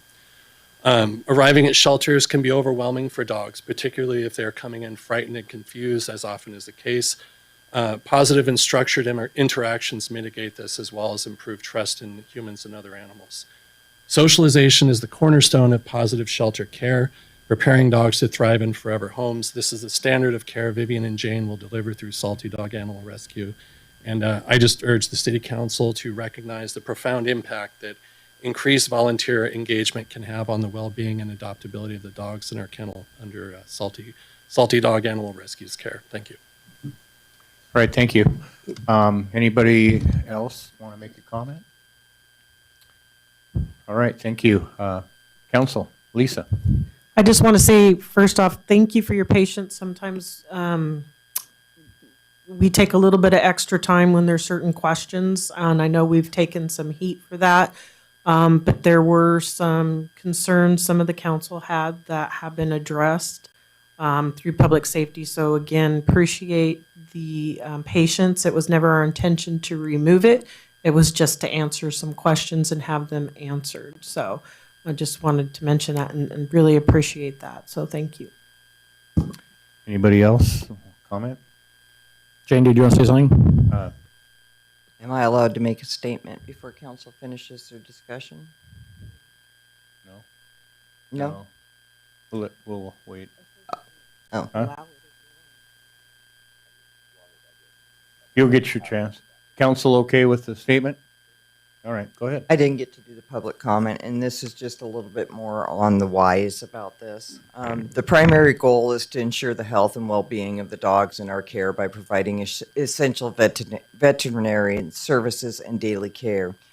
This includes state-required vaccinations such as rabies and DHPP and spaying and neutering to help combat the nationwide overpopulation crisis. In addition to medical care, dogs require daily feeding, cleaning, and socialization to maintain their well-being. Proper training, regular exercise, and enrichment activities are also essential to improving their adaptability and ensuring successful placements in permanent homes. Over the past 2 years, the role of the city impound has changed significantly. It is no longer just a short-term holding facility for lost pets awaiting retrieval. Instead, we are increasingly facing situations where dogs are abandoned, dumped, and displaced due to owner medical emergencies. With local shelters at or over capacity, the city has had no choice but to care for these animals for extended periods. The police department budget was never designed to support long-term animal care, meaning critical veterinarian services such as the vaccines and spaying and neutering were not financially feasible. Additionally, with only one animal control officer, the department had relied heavily on volunteers to provide daily care, including feeding, cleaning, and socialization. Proper training, walking, and enrichment are also necessary to increase the adaptability of these dogs, which is beyond the capacity of a single officer handling code enforcement and animal control duties. When discussion rose about partnering with a nonprofit to manage kennel operations, misinformation spread, leading to a question about why city funds would be allocated to the kennel rather than other priorities such as the police station. While this information was inaccurate, it highlighted a lack of public support for using city budget funds to sustain the kennel. To ensure the dogs receive proper care without placing an additional financial burden on taxpayers, a lease agreement was proposed. By establishing this MOU and lease agreement, we ensure that the city can continue to provide essential care for impounded dogs while creating a sustainable, community-driven approach to funding their needs without relying on city funds. This agreement enables community members who support animal welfare to contribute directly, providing funding for veterinarian care, including vaccinations and the spaying and neutering. It also allows a nonprofit organization to take on fundraising efforts while continuing to assist the city with essential services for these animals. Over the past year, volunteers dedicated more than 1,125 hours to the kennel and frequently covered the veterinarian costs out of their own pockets, demonstrating strong community commitment and animal welfare. All right, got it done just in time. Rich, go ahead. Kind of commenting on what Lisa had just said about that we brought this back. Sometimes things take time. I think that anybody that's looked at our council packet and has seen all the red lines and all the changes, it's a perfect example of why we needed to bring it back. I know I didn't expect all the red lines. I know I questioned some things and they all got addressed, so I'm glad it took an extra council meeting to do it. I don't want to take 1 ounce of credit away from Jane and all the hard work and all of her due diligence that she put into this. She looked high and low for a solution and for people and for a direction. But as a council person, I have got to ask, because I don't know. I don't understand. Why was this a situation where we did not need to do an RFP versus all the other times that we have to do an RFP? Again, separate. There's no procurement. Separate my question from the Yeah, no, there's no procurement. We're not purchasing anything. We're not selecting, no, but no, because that's only if there's a financial cost involved. So because there's no financial cost, anytime we have that same situation. That's what we're mandated to under state law. When we have to put out something that we're going to spend taxpayer dollars on, then we have to go through that process. This isn't a situation like that. Okay, so we're safe anytime we do things like this. Yeah. Well, it's no different than, like I said, with the CIC or the Lions Club signing a lease agreement or something like that. Did you want to say something, Jane? Yes, I would. And the RFP, of course, I'll let Scott address that, Scott and Frank address that. But I want you to let you know that this was not just a one and done. I actually talked to other nonprofits. You've spoken. Also. I know you worked really yes, hard. And I want the rest of the council, if you do not know that, there were others looked at. And one of the reasons, number one, I chose Vivian is because everybody in the community knows what she does for animals. But one of the other nonprofits we looked at started talking about bringing animals in from other states and things like that. And we want this to be for the community of Ocean Shores. We don't, I love people who bring in the dogs from wherever and help wherever they can. But we wanted this to be a co-op with the police department and for the animals of Ocean Shores. So it was not just a one-person show. There were others looked at. And Pause was our first contact. Actually, we reached out to Pause to see if they would be interested in taking it over before we ever went anywhere else. And they simply didn't have the capacity to do it. I would expect, though, like you said, that you brought up the Lions lease. I would expect that if we had that building empty and we wanted to have someone come into it, that we would be putting something out there to get applicants. So it's just a learning experience for me. That's why I'm asking. Yeah, I talked to Paws more than once, and they would not take any of our dogs, which, I was hoping they would, but they're pretty full. Yes, Lisa. I would just like to continue the conversation, but I'm going to make a motion to request the City Council of the City of Ocean Shores approving the memorandum of understanding between the City of Ocean Shores and North Beach Senior Center, DBA The Salty Dog Animal Rescue. Second. All right, we have a second. Any other comments? Yes, Allison. So do you plan to continue the fostering program that you were doing? Yes, we will continue to use the fosters, the volunteers, everything. Pretty much nothing is changing other than, with this, in the process of doing this, I have lined up multiple fundraising and opportunities in that way to coincide if this agreement was signed. So. All right, any other comments? All right, we have a second. All in favor? Aye. All right, thank you. All right, off to a new subject here. We have a request for the City Council of the City of Ocean Shores, Washington, awarding the Ocean Shores Convention Center parking lot electrical panel upgrades to Schumacher Electric. It's going to be presented by Sarah Logan.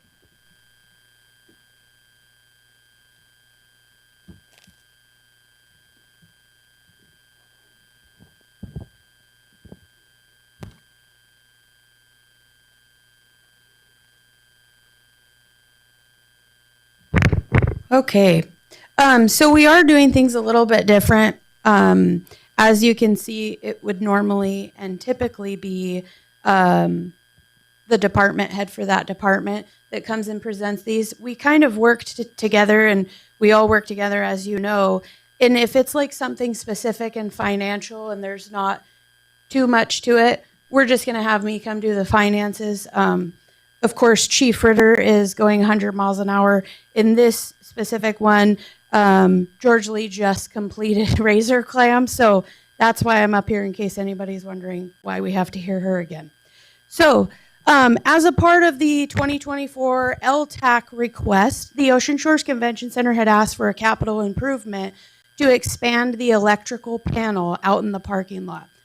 Right now, they do not have the capacity out in the parking lot itself to just run things right off of it. They have to drape lines throughout the convention center parking lot. You see those big line cover panels that you have to walk over or bring dollies over if you're volunteering for, say, sand and sawdust.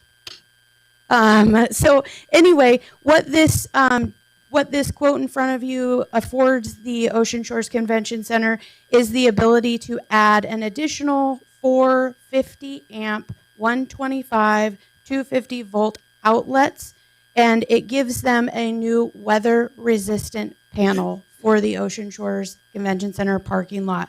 The LTAC committee did recommend, and the council confirmed, a budgeted amount for that project at $55,000, and the contractor came in at $54,207.92.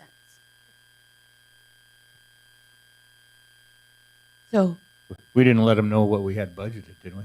mm-mm. All right. Any public comment? All right, council. Any comments or questions? No? Yes, Lisa. Go ahead and make a motion, a request of the City Council of the City of Ocean Shores, Washington, awarding Ocean Shores Convention Center parking lot electrical panel upgrade to Schumacher Electric, Inc. Second. All right, we have a second. All in favor? Aye. All right, thank you. All right, next up, we have a request of the City Council of the City of Ocean Shores authorizing the purchase of the scuba compressor and awarding the installation of the project to Schumacher Electric. And that'll be presented by Sarah. Me again. I love that you said scuba because that's all I called it. It's actually SCBA, and it's a self-contained breathing apparatus. If you were here during the budget season, it was a pretty hot topic because it kind of showcased the city's need to stay on top of equipment and that future change out of the equipment when it expires.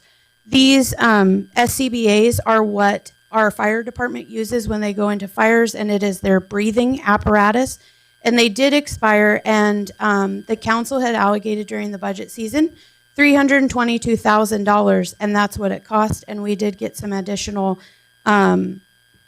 tanks. Even with that, what happened after the fact was a travesty, but the compressor that fills those was 24 years old, and when they went to fill it, it broke, and because it's 24 years old, there is no replacement parts for it. They tried endlessly.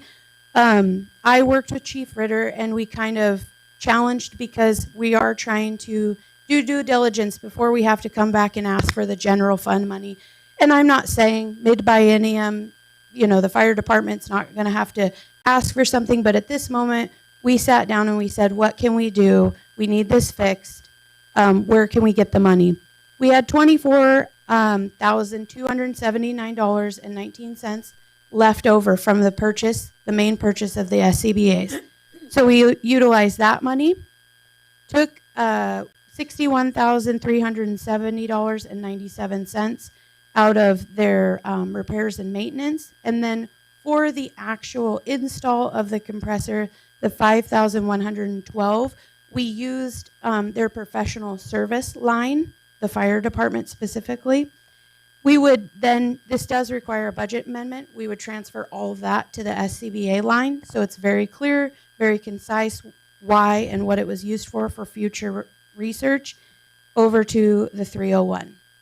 So it's still money that's coming. It might pop up later. I can't make promises, but for this moment, we tried to do due diligence and not request general fund money. All right. I got that scuba from Brian Ritter and you. It's a running joke, but it is the same thing. It's self-contained breathing apparatus, self-contained underwater breathing apparatus. Yeah. We got any public comment? All right, council, any comments, questions? Yes, go ahead. I think Lisa. after Monday's weather, we could call it scuba, literally. Yes, Richard. I would like to make a motion to approve the request of the City Council of the City of Ocean Shores, Washington, authorizing the purchase of the SCBA compressor and awarding the installation compressor project to Schumacher Electric Incorporated. Second? All right, we have a second. Any other comments? All right, all in favor? Aye. All right, thank you. We have no discussion. Next, we have an executive session. We will move on to the next order of business, which is the executive session, and we will, we can take a 5-minute break on the way, I guess. We'll start the executive session after the 5-minute break, so that will be about 7:58, I guess.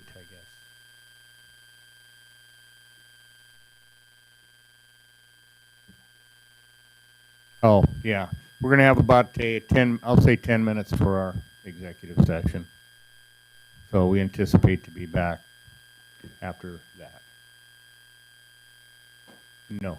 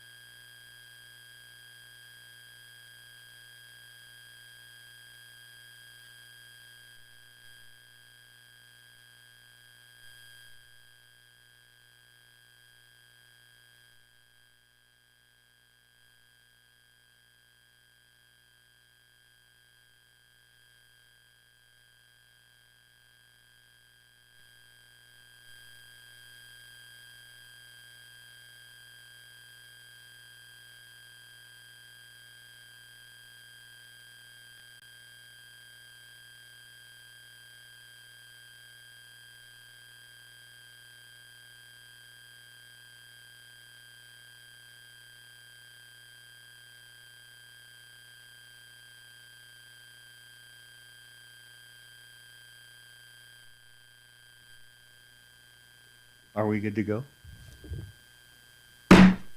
All right, we'll reconvene the meeting. We have no action on this item, executive session item. So we'll go to agenda review. That'll be this Thursday at 9 a.m. with Lisa Scott, Richard Wills, and Rich Hartman. So we got good of the order. Denise, would you like to start us off?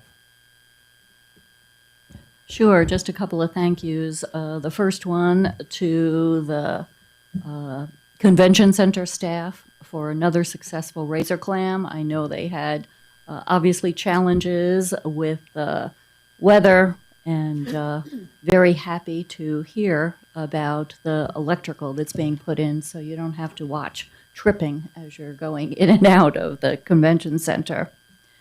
And also acknowledging all of the visitors as well as the residents who come and support our local events at the convention center.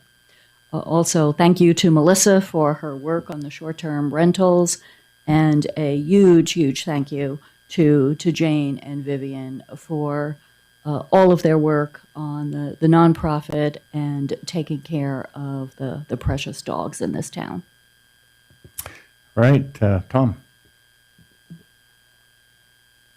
Okay, Lisa Griebel. Thank you. Just want to thank the mayor for starting our meeting with a moment of silence with the loss of some community members, and just want to give some condolences to Bruce Malloy's family. Bruce was a pillar in our community, and just what a loss, and what he knew about our fresh waterways, and all he did to keep our fresh waterways clean and sponsor things like the Wine and Weeds event and the paddle-a-thon and all those things that he did. He was a great man and loved this community and loved our waterways, and we'll miss him dearly. All right, thanks. Lisa Scott. I'll echo what both Denise and Lisa said. Incredible loss for our community, but also big thank you to staff and everything that's going on, and as well as the patients from the volunteers for the Salty Dog Animal Rescue, because I know sometimes it's not always great to have to go through council, but we want to just make sure that our I's are dotted and T's are crossed. So thank you for your patience. Thanks. Allison. Well, I will echo what the others have said, but I really want to thank Melissa for all of her work that she did on that, and our finance director for how she's getting everything so neat and organized and easy to understand. I look forward to our finance meeting on Thursday. Richard. Thank you. So I have a slide that the mayor has given me permission to put up on the screen. And this is a picture of Damon Point at high tide. And notice there's a big white channel between shore and that island out there. And back when this picture was taken, that channel, according to Marshall Reed, was probably about 4 feet deep. The way the tide rips through there in the storms, I don't know how deep it is now, but that's the reason that we have the danger sign at the end of Damon Point Road. The cobble out there on that berm is like two big double-fisted rocks. And so with my bad ankles, or anybody else with bad ankles, trying to walk across that cobble and get down to the beach, yeah, it's just a non-starter. And so I have a big shout out for Marshall Reed and his dedication and knowledge to the ordinances and the city codes, and to his dedication to carrying through with this berm. The mayor and I are going to try to go out tomorrow, weather permitting, and I want to take a couple of pictures that I can post on the website, probably at the 98569, just to show how stellar that berm seems to be holding on. But a big shout out to Marshall, and yes, we need that danger sign. How many visitors come to Ocean Shores every month? Thousands. And how many of them don't know about our tides? How many cars set sail to Japan every year? And that's why the danger sign is out there. So the other thing is, as everybody else has already said, Bruce Malloy was a very dear friend and mentor for me since shortly after I moved to Ocean Shores. I will miss him greatly. And Bob Peterson was not a tight friend, but we were good acquaintances. I respected Bob. So again, my condolences to both families. I also want to thank Nicole and the city clerk's office. I zoomed into yesterday's radio board meeting. I had other things going on, and the video was pretty darn good. The audio was not as good as this $30,000 system in this room, but it was still very listenable. And the point is how much our city clerk's office has improved public communication, electronic public communication. So a big shout out to the city clerk and to Nicole, who's now taking over that role of doing those Zoom meetings. And do I have anything else? The last shout out, I kind of mentioned it in the beginning.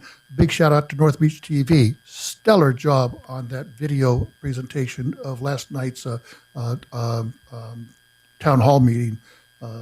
It was like being in the room. Thank you all. All right, thanks. Rich? I gave my allotted time to Richard, so I'll say good night. All right, thanks. Can we get an adjournment? Move to adjourn. Thank you. We're adjourned.